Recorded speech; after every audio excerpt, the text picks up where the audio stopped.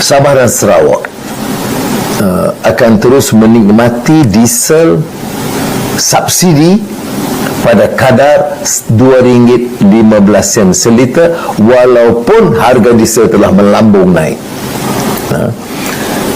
Maknanya bila perbezaan harga ini membengkak,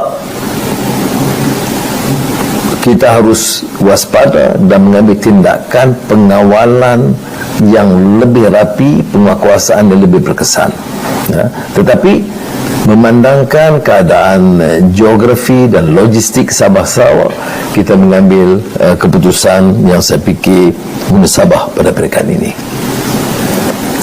Tetapi keterisan harus dikekang dan dikawal.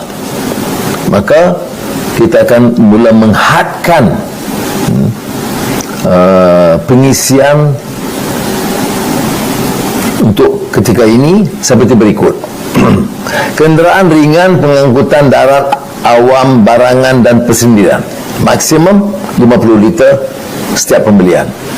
Beli banyak, bocor. Kenderaan pengangkutan darat awam dan barangan tidak melebihi 3 tan, maksimum 100 liter setiap pembelian. Dan kenderaan melebihi 3 tan, maksimum 150 liter setiap pembelian.